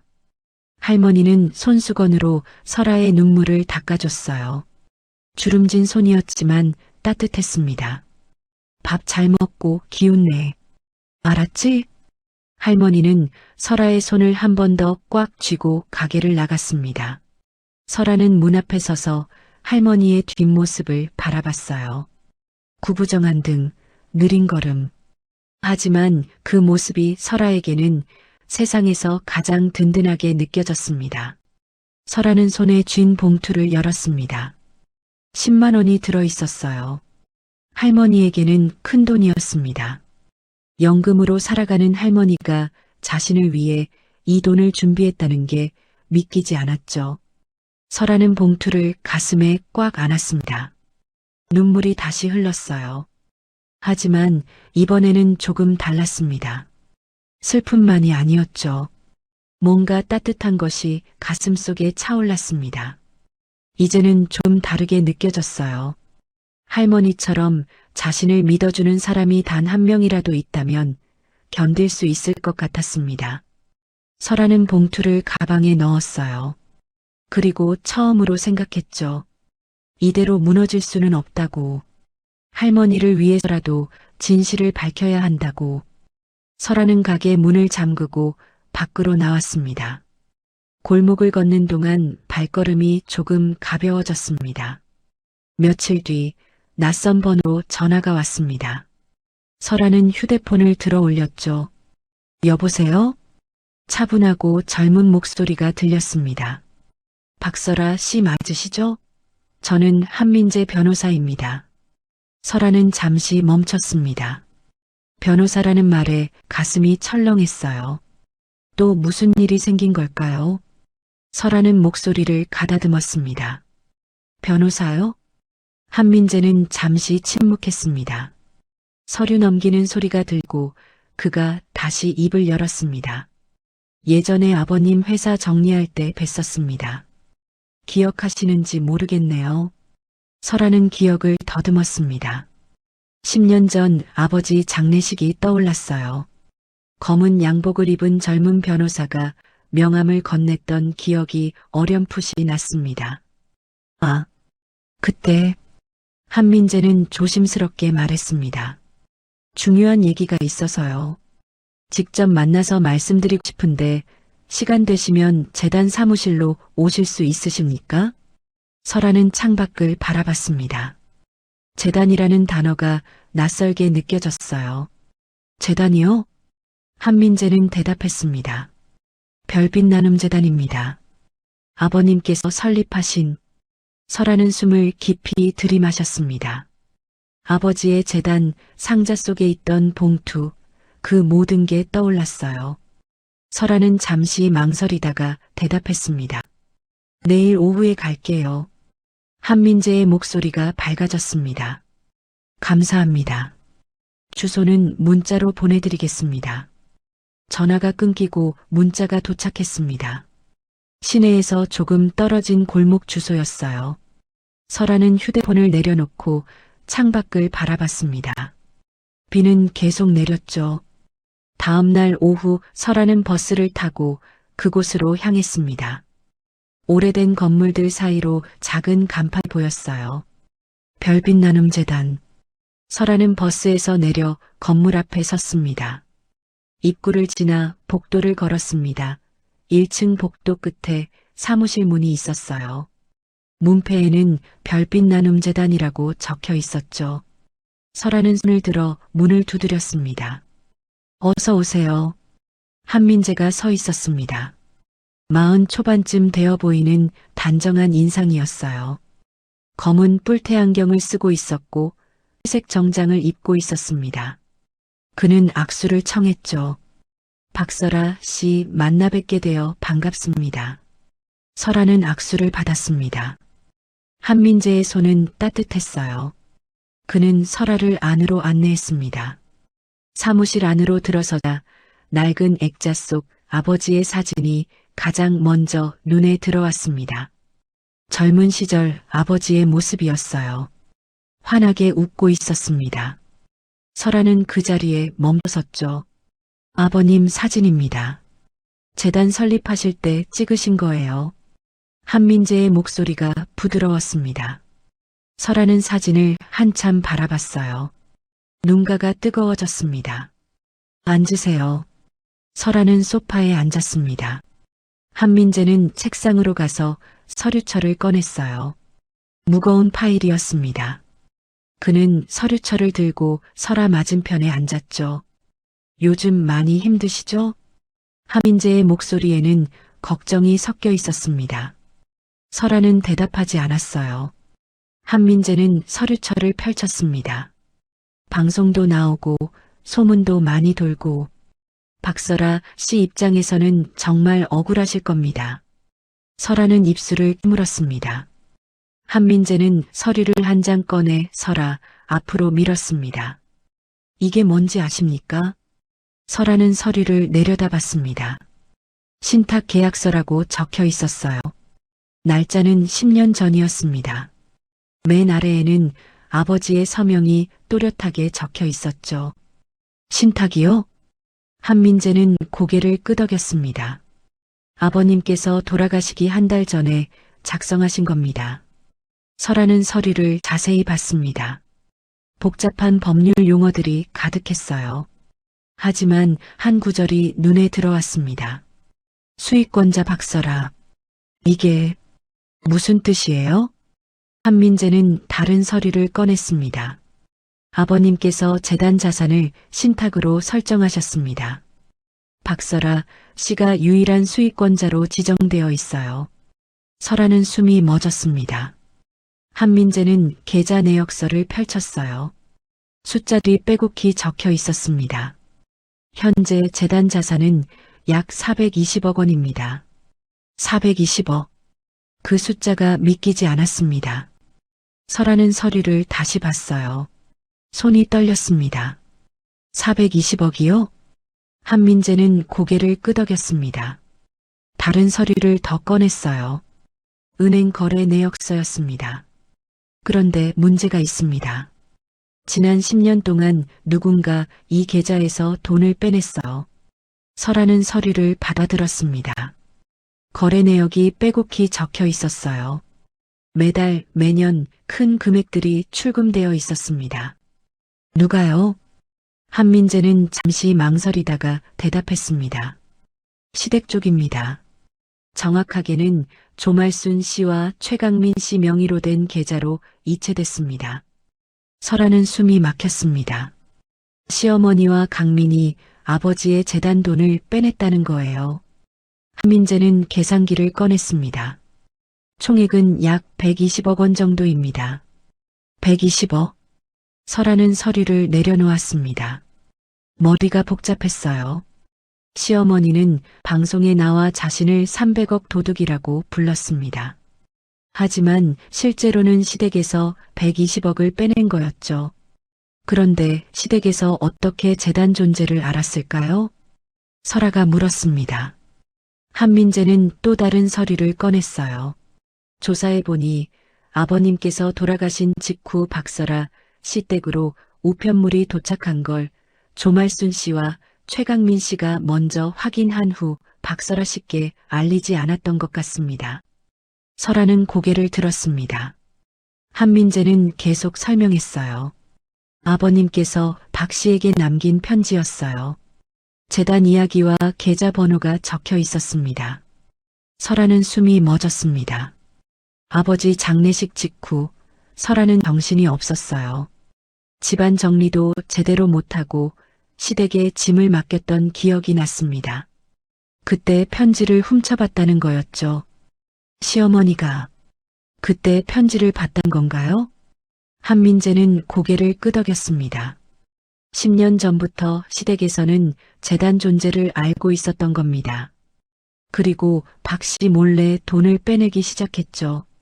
설아는 가슴이 무너지는 걸 느꼈습니다. 10년 동안 시어머니와 강민은 알고 있었어요. 설아에게 420억이 있다는 걸. 하지만 한 번도 말하지 않았습니다. 오히려 설아를 도둑으로 몰아갔죠. 그럼 이혼도. 한민재는 서류를 펼쳤습니다. 이혼 후 계좌 명의를 바꾸려고 했던 것 같습니다. 박 씨가 남이 되면 관리자에서 제외시킬 수 있으니까요. 설아는 눈을 감았습니다. 모든 게 계획이었어요. 이혼도, 방송도, 위조서도. 시어머니와 강민은 처음부터 420억을 노렸던 거였습니다. 이걸 어떻게 증명할 수 있어요? 한민재는 두꺼운 파일을 펼쳤습니다. 모든 증거가 여기 있습니다. 신탁계약서, 공증 기록, 은행 거래 내역, 이체 증명서까지. 설아는 파일을 넘겨봤습니다. 빼곡한 서류들이 쌓여 있었어요. 날짜별로 정리되어 있었습니다. 이 증거들을 가지고 뭘 할 수 있죠? 한민재는 의자에 기댔습니다. 두 가지 방법이 있습니다. 첫째는 민사소송으로 돈을 돌려받는 겁니다. 둘째는 한민재는 잠시 멈췄습니다. 설아를 똑바로 바라봤어요. 진실을 공개하는 겁니다. 기자 간담회를 열어서 설아는 한민재를 바라봤습니다. 기자 간담회라는 말이 무겁게 느껴졌어요. 한민재는 계속 말했습니다. 지금 박 씨는 도둑으로 몰리고 있습니다. 하지만 진실은 정반대예요. 이 증거들을 공개하면 모든 게 뒤집힙니다. 설아는 한참을 생각했죠. 기자 간담회를 하면 시어머니는 어떻게 되나요? 한민재는 솔직하게 대답했습니다. 무단 인출 혐의로 민형사상 책임을 지게 됩니다. 사용한 돈도 돌려줘야 하고요. 설아는 손을 꽉 쥐었습니다. 시어머니의 얼굴이 떠올랐어요. 민원실에서 자신을 도둑이라고 외치던 모습, 방송에서 눈물 흘리던 모습, 모두 거짓이었습니다. 생각할 시간을 주세요. 한민재는 고개를 끄덕였습니다. 물론입니다. 급하게 결정하실 일이 아니에요. 한민재는 명함을 꺼냈습니다. 설아에게 건넸어요. 명함에는 한민재의 이름과 연락처가 적혀 있었습니다. 언제든지 연락 주세요. 제가 도와드리겠습니다. 설아는 명함을 받고 일어섰어요. 한민재도 일어나 악수를 청했습니다. 박설아 씨, 아버님께서 박설아 씨를 믿으셨어요. 그래서 이 모든 걸 준비하신 겁니다. 설아는 고개를 끄덕였습니다. 한민재는 문까지 따라왔어요. 설아는 사무실을 나와 복도를 걸었습니다. 뒤돌아보니 아버지 사진이 보였죠. 건물을 나와 버스 정류장으로 걸어갔습니다. 손에는 한민재의 명함이 들려 있었어요. 설아는 명함을 내려다봤습니다. 420억, 신탁, 무단 인출, 기자 간담회. 모든 단어들이 머릿속을 맴돌았습니다. 아버지가 남긴 마지막 선물이었습니다. 10년 동안 몰랐던 진실이었어요. 설아는 명함을 가방에 넣었습니다. 옥탑방으로 돌아와서 상자를 열어 아버지의 메모를 다시 꺼냈어요. 설아야, 이 재단은 내 것이다. 때가 되면 알게 될 것이다. 이제 그 의미를 알았습니다. 아버지는 모든 걸 준비해 놓으셨던 거예요. 설아를 지키기 위해, 진실을 밝히기 위해. 설아는 메모를 가슴에 꽉 안았습니다. 눈물이 흘렀어요. 하지만 이번에는 슬픔만이 아니었습니다. 뭔가 단단한 것이 가슴속에 자리 잡았죠. 싸울 준비가 되었습니다. 설아는 한민재에게 전화를 걸었어요. 지금이에요. 준비한 대로 시작하세요. 일주일 후 설아는 호텔 연회장 앞에 서 있었습니다. 유리문 너머로 기자들이 자리를 잡고 있는 모습이 보였어요. 카메라들이 줄지어 세워져 있었고 조명이 환하게 켜져 있었습니다. 설아는 숨을 깊이 들이마셨죠. 준비되셨습니까? 옆에서 한민재가 물었습니다. 그는 검은 정장을 입고 서류 가방을 들고 있었어요. 설아는 고개를 끄덕였습니다. 손이 떨렸지만 참았죠. 네, 들어가겠습니다. 문이 열렸습니다. 설아가 들어서자 플래시가 터졌어요. 카메라 셔터 소리가 연회장을 가득 채웠습니다. 설아는 눈이 부셨지만 고개를 들고 걸었죠. 단상 앞 테이블에 앉았습니다. 한민재가 옆에 앉았어요. 설아는 연회장을 둘러봤죠. 기자들이 수십 명 앉아 있었습니다.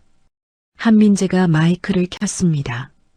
삐소리가 울리자 연회장이 조용해졌습니다. 안녕하십니까? 한민재 변호사입니다.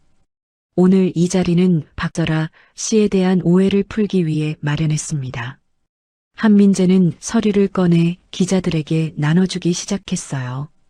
신탁 계약서 사본이었습니다. 기자들은 서류를 받아들고 읽기 시작했죠. 먼저 중요한 사실을 말씀드리겠습니다. 고 박상호 씨는 10년 전 별빛 나눔 재단을 신탁으로 설정했습니다. 한민재는 프로젝터를 켰습니다. 화면에 신탁 계약서가 떴어요. 날짜, 금액, 수익권자 이름이 선명하게 보였습니다. 수익권자는 박설아 씨입니다. 재단 자산은 약 420억 원입니다. 420억. 그 숫자가 화면에 크게 표시됐습니다. 기자들이 웅성거렸어요. 누군가 손을 들었습니다. 그럼 시어머니가 방송에서 말한 300억은 뭡니까? 한민재는 다른 서류를 꺼냈습니다. 과장된 숫자입니다. 실제로는 지난 10년간 시댁에서 재단 자산을 무단 인출했습니다. 화면이 바뀌었습니다. 은행 거래 내역이 떴어요. 날짜별로 출금 기록이 빼곡했습니다. 기자들은 화면을 보며 메모하기 시작했죠. 총액은 약 120억 원입니다.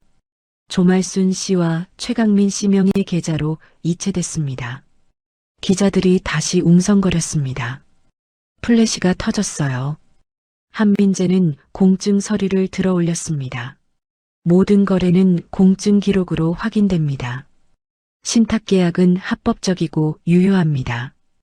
한 기자가 손을 들었습니다. 한민재가 고개를 끄덕이자 기자가 질문을 던졌어요. 박설아 씨는 왜 지금까지 아무 말도 안 하셨습니까? 설아는 마이크 앞으로 몸을 기울였습니다. 손이 떨렸지만 목소리는 단단하게 나왔어요. 몰랐습니다. 아버지가 돌아가신 후 재단 일에서 손을 뗐고 신탁이 있다는 것도 최근에야 알았습니다. 기자들이 메모했습니다. 다른 기자가 손을 들었어요. 설아는 그 기자를 바라봤습니다. 이혼 과정에서도 몰랐다는 건가요? 설아는 고개를 끄덕였습니다. 네. 남편도 시어머니도 재단 이야기는 한 번도 꺼내지 않았습니다.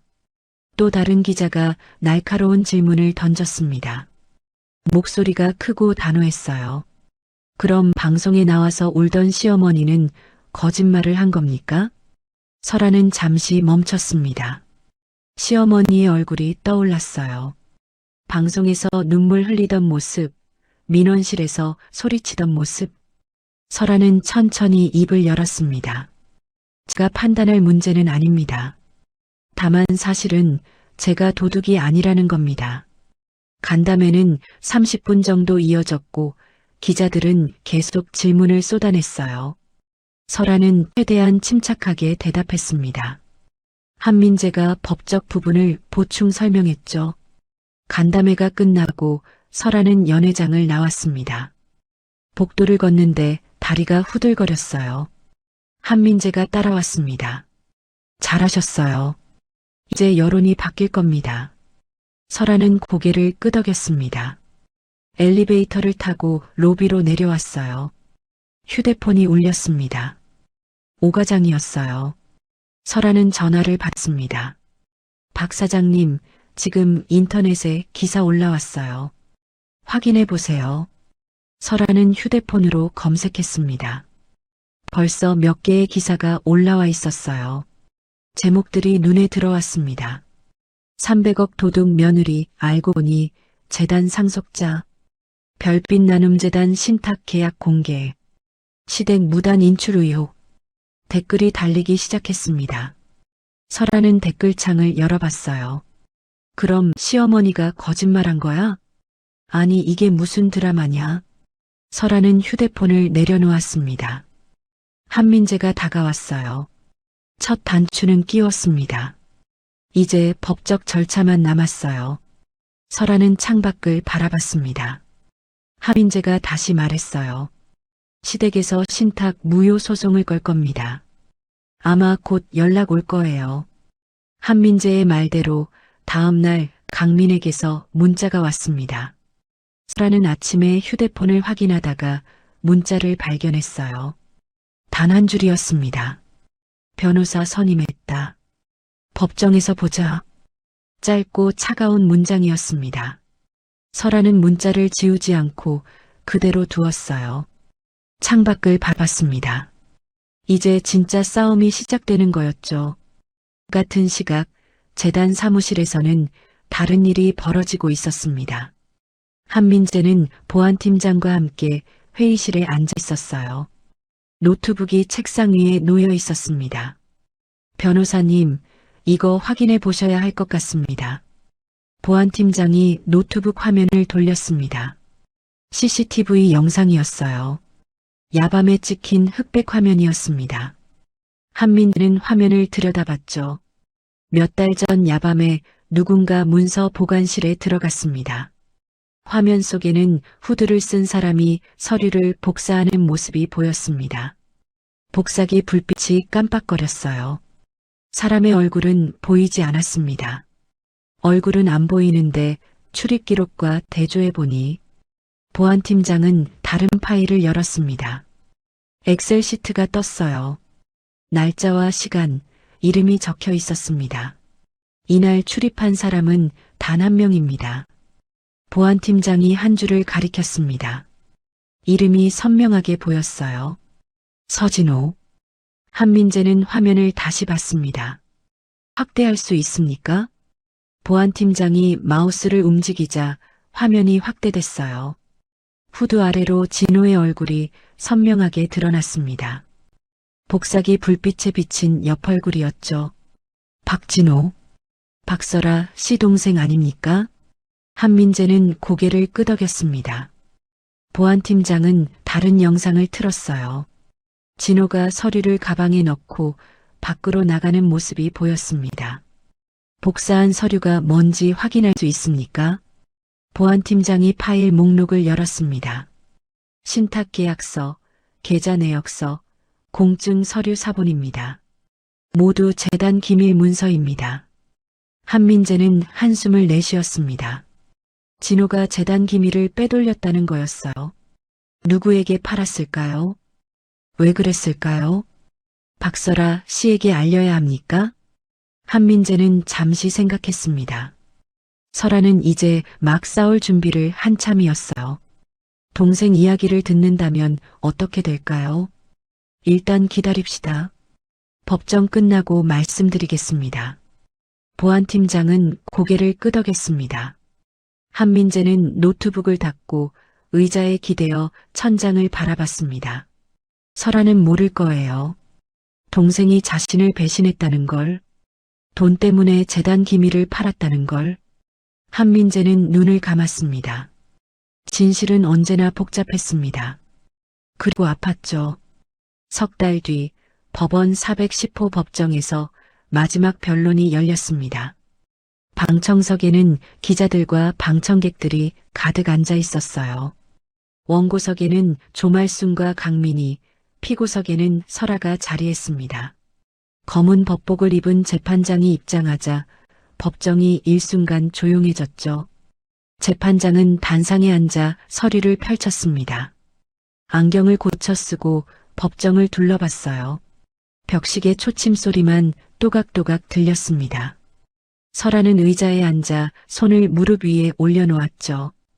손바닥에 땀이 났습니다. 지금부터 신탁 무효 확인 소송 최종 변론을 시작하겠습니다. 재판장은 서류를 넘겼습니다. 고 박상호 씨가 작성한 신탁 계약이 강요에 의해 이루어졌으며 피고 박설아 씨가 부당하게 재산을 취득했다는 주장입니다. 맞습니까? 원고 측 변호사가 일어났습니다. 그렇습니다, 재판장님. 재판장은 고개를 끄덕이며 피고석 쪽을 돌아봤어요. 한민재가 일어났습니다. 서류를 들고 있었어요. 목소리는 단단했습니다. 신탁계약은 고인의 자유로운 의사에 따라 작성되었으며 모든 법적 절차를 거쳤습니다. 공증 기록과 증인 진술이 모두 존재합니다. 재판장은 서류를 검토했습니다. 한참 동안 법정은 조용했어요. 서류를 들고 있었어요. 목소리는 단단했습니다. 신탁계약은 고인의 자유로운 의사에 따라 작성되었으며 모든 법적 절차를 거쳤습니다. 공증 기록과 증인 진술이 모두 존재합니다. 재판장은 서류를 검토했습니다. 벽시계 초침 소리만 또각또각 들렸습니다. 재판장이 고개를 들었죠. 먼저 신탁 계약서부터 확인했습니다. 법정 앞 스크린에 계약서가 떴습니다. 10년 전 날짜, 아버지의 서명, 공증인 도장이 선명했어요. 설아는 화면을 바라봤습니다. 아버지의 필체가 눈에 들어왔죠. 공증인이 증인석에 섰습니다. 60대 남자였어요. 재판장의 질문에 그는 또렷하게 대답했습니다. 계약 당시 박상호 씨의 정신 상태는 매우 명료했다고 했어요. 강요나 협박은 전혀 없었다고 증언했습니다. 가장 중요한 건 계약 당시 설아가 현장에 없었다는 사실이었죠. 원고 측 변호사는 반대 신문을 시도했지만 별다른 성과를 얻지 못했습니다. 공증인의 증언은 흔들림이 없었어요. 재판장은 다음 증거 검토로 넘어갔습니다. 스크린에 강민이 은행에 제출했던 위조 서류가 떴어요. 설아는 그 서류를 보며 입술을 깨물었습니다. 피고 측, 이 서류에 대한 의견은? 한민재가 일어났습니다. 국립과학수사연구원 감정서를 들어올렸어요. 해당 서류는 위조입니다.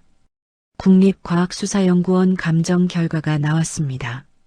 재판장이 받아들고 검토했어요. 한민재는 계속 설명했습니다. 도장은 위조, 필체는 변조, 날짜도 조작되었습니다. 한참을 검토하더니 고개를 들어 원고석을 바라봤습니다. 원고 측, 이 서류는 누가 작성했습니까? 강민이 일어났습니다. 손은 떨리고 있었고 목소리가 갈라졌죠. 제가 문서 작성 업체에 의뢰했습니다. 재판장의 표정이 굳었습니다.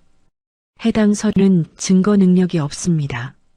또한 위조 서류 제출은 별도 형사처벌 대상입니다. 방청석이 웅성거렸습니다. 기자들이 메모를 하는 동안 카메라 셔터 소리가 들렸습니다. 그때 한민재가 일어났습니다. 손에 서류를 들고 있었어요. 재판장님, 한 가지 더 확인하고 싶은 사항이 있습니다. 재판장이 고개를 끄덕였습니다. 한민재는 원고석을 향했어요. 원고 조말순 씨께 질문 드리겠습니다. 조말순이 굳어졌습니다. 한민재는 서류를 들어 올렸어요. 원고 측은 기자 간담회 이전 케이블 방송에 출연하셨습니다. 맞습니까?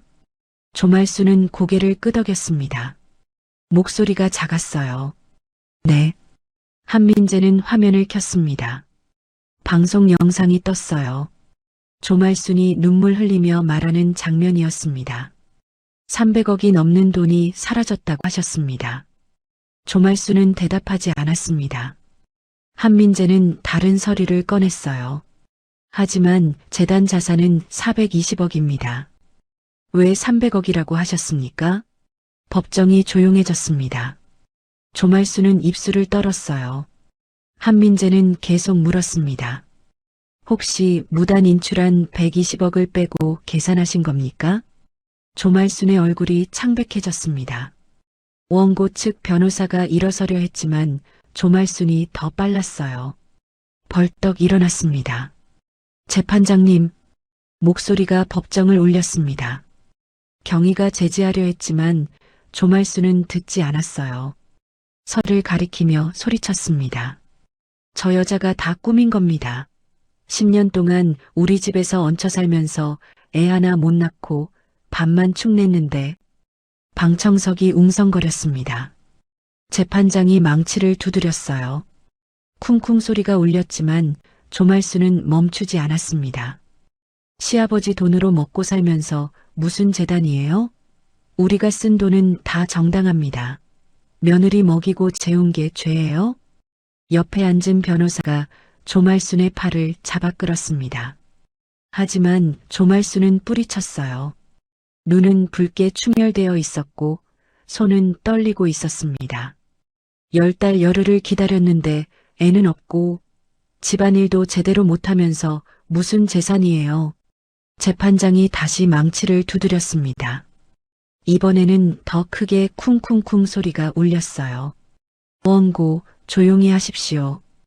한 번 더 소란을 피우면 퇴정 명령을 내리겠습니다. 경위 2명이 조말순에게 다가왔습니다. 조말순은 그제야 주저앉았어요. 손수건으로 얼굴을 가렸습니다. 어깨가 떨렸죠. 강민은 옆에 앉아 고개를 푹 숙이고 있었습니다. 법정이 다시 조용해졌습니다. 설아는 조말순을 바라봤어요. 10년 동안 함께 살았던 시어머니였습니다. 마지막 순간까지 자신을 탓하는 모습을 보니 가슴 한쪽이 저려왔죠. 하지만 설아는 눈물을 흘리지 않았습니다. 한민재는 다시 서류를 제시했습니다. 재판장님, 원고 측이 무단 인출한 금액은 정확히 120억 원입니다. 300억이라는 숫자는 이를 감추기 위한 허위 진술입니다. 재판장은 서류를 받아 검토하기 시작했고 정은 숨소리조차 들리지 않을 만큼 조용했습니다. 판결하겠습니다. 목소리가 법정을 가득 채웠습니다. 재판장은 천천히 판결문을 읽기 시작했어요. 고 박상호 씨가 작성한 신탁계약은 법적으로 유효하다고 선언했습니다. 공증 기록, 증인 진술, 등기부 모두 확인되었다고 했죠. 원고 측의 신탁 무효 청구는 기각합니다. 망치 소리가 울렸습니다. 쿵. 설아는 가슴이 뛰는 걸 느꼈어요. 눈가가 뜨거워졌습니다. 피고 박설아 씨는 별빛남재단의 정당한 수익권자로 인정합니다. 재판장은 마지막 문장을 읽었습니다. 원고 측의 무단 인출 행위에 대해서는 민사상 손해배상 책임이 있다고 했어요. 별도 형사고소가 가능하다고 덧붙였습니다. 문서 위조건은 검찰에 통보하겠다고 선언했죠. 망치 소리가 다시 울렸습니다. 쿵. 재판장이 일어났어요. 법정 전체가 일어섰습니다. 조말순이 울음을 터뜨렸습니다. 억눌렀던 목소리가 법정에 울려 퍼졌어요. 변호사가 어깨를 두드렸지만 조말순은 계속 울었습니다. 강민은 그 옆에 서서 멍하니 스크린을 바라보고 있었죠. 설아는 자리에서 일어났습니다. 다리가 후들거렸어요. 한민재가 설아의 팔을 잡아줬습니다. 두 사람은 천천히 법정을 빠져나왔죠. 복도로 나오자 기자들이 몰려들었습니다. 플래시가 터졌어요. 질문이 쏟아졌지만 한민재가 막아섰습니다. 설아는 엘리베이터로 향했어요. 엘리베이터 버튼을 눌렀습니다. 문이 열리고 안으로 들어섰습니다. 그때 옆에서 누군가 탔죠. 강민이었습니다. 설아는 고개를 돌렸어요. 두 사람은 서로를 보지 않았습니다. 엘리베이터가 1층에 도착하자 강민이 먼저 내렸습니다. 로비에는 경찰이 기다리고 있었어요. 문서 위조 혐의로 동행을 요청했죠. 강민은 고개를 끄덕였습니다. 아무 말도 하지 않았어요. 설아는 엘리베이터 안에서 그 모습을 지켜봤습니다. 엘리베이터 문이 닫히려는 순간 설아는 밖으로 나왔습니다. 유리창 너머로 강민이 경찰차에 오르는 모습이 보였어요. 10년을 함께 산 남자였습니다. 신혼 때 웃던 얼굴, 이혼 서류에 도장 찍던 무표정한 얼굴, 모두 떠올랐죠. 하지만 설아는 아무 감정도 느끼지 못했습니다. 슬프지도 기쁘지도 않았어요. 그저 끝났다는 생각만 들었습니다. 한민재가 다가와 설아의 옆에 섰어요. 이제 진짜 시작입니다. 한민재가 조용히 말했습니다. 설아는 고개를 끄덕였어요.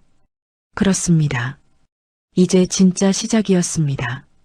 아버지가 남긴 재단을 제대로 운영하는 일, 진짜 의미 있는 일을 하는 시간이었죠. 설아는 유리창에 비친 자신의 모습을 봤습니다. 지친 얼굴이었지만 눈빛만은 살아있었어요. 판결 이후 일주일 재단 사무실에는 연락이 쇄도했습니다. 언론 인터뷰 요청, 후원 제안, 협력 문의가 하루에도 수십 건씩 들어왔어요. 설아는 대부분을 한민재와 실무진에게 맡겼습니다. 그날 오후 한민재가 설아를 불렀습니다. 회의실에 들어서자 노트북이 책상 위에 놓여 있었어요. 한민재의 표정이 무거웠습니다. 박설아 씨, 보여드릴 게 있습니다. 설아는 의자에 앉자 한민재가 노트북 화면을 보여주었어요. CCTV 영상이었습니다. 야밤에 찍힌 흑백 화면에 후드를 쓴 사람이 서류를 복사하고 있었죠. 몇 달 전 문서 보관실에 누군가 침입했습니다.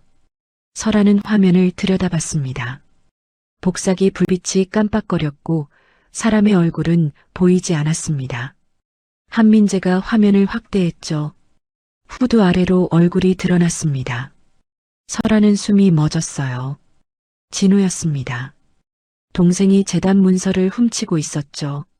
출입 기록을 대조한 결과 박진호 씨가 유일한 출입자였습니다. 설아는 화면을 보며 입술을 깨물었습니다. 한민재는 다른 파일을 열었어요. 복사한 서류 목록이 떴습니다. 신탁계약서, 계좌 내역서, 공증 서류, 모두 재단 기밀입니다. 설아는 고개를 숙였습니다. 왜 진호가 이런 짓을 했을까요? 한민재는 조심스럽게 말을 이었습니다. 보안팀에서 추적한 결과 최강민 씨가 진호 씨에게 500만 원을 지불한 기록이 있습니다. 날짜는 문서 복사 다음 날입니다. 500만 원. 동생이 재단 기밀을 500만 원에 팔았다는 거였어요. 설아는 눈을 감았습니다. 한민재는 계속 설명했죠. 이 서류들이 위조 문서 제작에 사용된 것으로 보입니다. 강민 씨가 은행에 제출한 위조 서류와 일치합니다.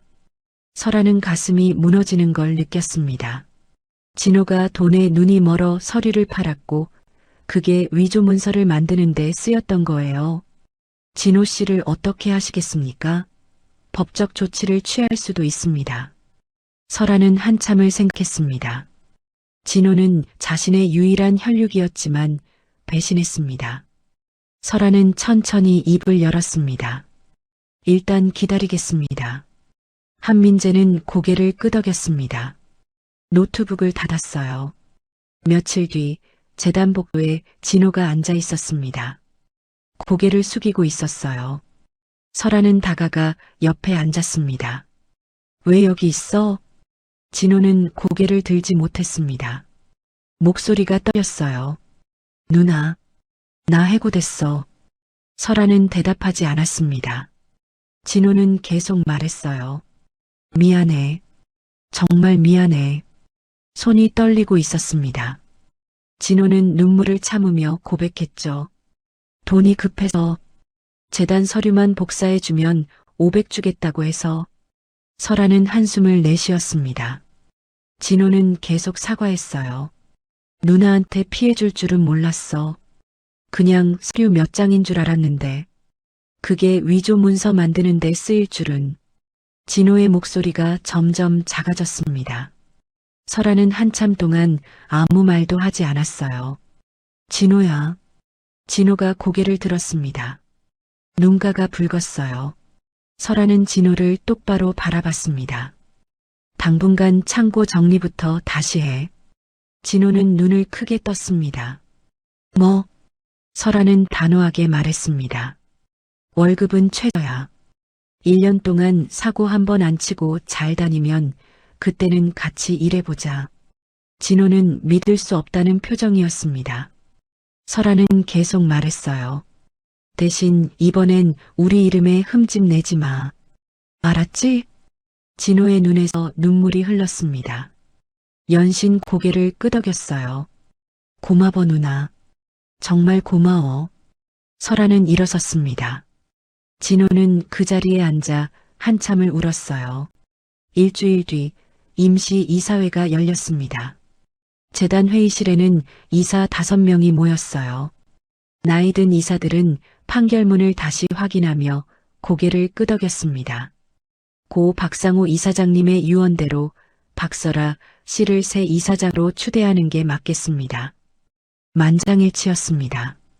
설아는 이사장석에 앉았어요. 아버지가 앉았던 자리였습니다. 무거웠지만 따뜻했죠. 첫 안건을 말씀드리겠습니다. 설아는 준비한 자료를 펼쳤습니다. 장학사업 예산을 2배로 늘리고자 합니다. 이사들이 웅성거렸습니다. 한민재가 자료를 나눠줬어요. 재정계획이 상세하게 적혀 있었습니다. 억울함을 풀었다고 끝나는 게 아닙니다. 이 돈이 원래 가야 할 곳으로 흘러가야 합니다. 이사들은 자료를 검토했습니다. 잠시 침묵이 흘렀지만 한 명씩 손을 들기 시작했습니다. 모두 찬성했죠. 회의가 끝나고 설아는 사무실로 돌아왔습니다. 설아는 책상에 놓여져 있는 아버지 사진을 들여다봤습니다. 아버지, 이제야 여기 왔어요. 10년이 걸렸습니다. 10년 동안 설아는 도망쳤어요. 책임을, 이름을, 모든 걸 외면했습니다. 하지만 이제는 달랐죠. 다음 날 주민센터에서 연락이 왔습니다. 오 과장이었어요. 박 이사장님, 복지관에서 감사패드린다고 합니다. 시간 되시면 한번 오실 수 있으세요? 설아는 웃었습니다. 알겠습니다. 갈게요. 복지관 행사장에는 사람들이 모여 있었습니다. 설아를 보는 눈빛이 예전과 달랐어요. 오 과장이 다가왔습니다. 박 이사장님, 이쪽으로 오세요. 이사장님이라는 호칭이 아직 낯설었습니다. 감사패를 받고 사진을 찍고 사람들과 인사를 나눴어요. 행사가 끝나고 밖으로 나오는데 예전 김밥집 단골 할머니가 기다리고 있었습니다. 사장님, 축하드립니다. 할머니는 설아의 손을 잡았습니다. 주름진 손이었지만 따뜻했어요. 저 그때 사장님 믿는다고 했잖아요. 제 말 맞았죠? 할머니는 웃었습니다. 설아는 할머니의 손을 꽉 쥐었어요. 힘들 때 도와주셔서 정말 고마웠어요. 10만 원. 잊지 않을게요. 할머니는 손을 흔들며 떠났습니다. 설아는 복지관을 나와 재단으로 향했어요. 봄 햇살이 비쳐 들어왔습니다. 사무실 책상에는 할 일이 산더미였습니다. 장학생 명단, 후원 계획, 사업 보고서가 쌓여 있었어요. 하지만 두렵지 않았습니다. 설아는 의자에 앉아 서류를 펼쳤죠. 그때 오 과장에게서 문자가 왔습니다. 박 이사장님, 복지관 기부금 건은 혐의 없음으로 종결났다고 합니다. 창밖으로 햇살이 따뜻하게 비쳤습니다. 설아는 펜을 들어 서류에 서명했어요. 박설아. 내 이름을 또렷하게 적었습니다. 민원실에서 이혼 서류에 찍었던 도장과 같은 이름이었지만 의미는 완전히 달랐어요. 이제 설아는 도둑이 아니었습니다. 별빛 나눔재단 이사장 박설아였죠. 아버지가 믿고 맡긴 자리, 진짜 의미 있는 일을 할 수 있는 자리였습니다. 설아는 아버지 사진을 바라봤습니다. 사진 속 아버지는 여전히 환하게 웃고 있었어요. 설아도 처음으로 미소를 지었습니다. 아버지, 잘 지켜볼게요. 이 재단 아버지의 뜻대로. 햇살이 더 밝게 비쳤습니다. 설아는 다음 서류를 펼쳤어요. 할 일이 많았지만 이제는 기쁜 마음으로 할 수 있었습니다. 10년의 침묵이 끝났습니다. 이제 진짜 시작이었죠. 10년의 침묵이 끝나고 새로운 시작이 찾아왔습니다. 무너졌던 모든 것이 다시 일어섰고 빼앗겼던 이름도 되찾았습니다. 진실은 무거웠지만 그 무게를 견뎌낸 이에게 빛이 찾아왔죠. 오늘 들려드린 이야기가 하루를 견디는 힘이 되었길 바랍니다. 구독과 좋아요 눌러주시고 주인공에게 하고 싶은 말은 댓글로 남겨주세요. 고향 사연이 언제나 함께하겠습니다.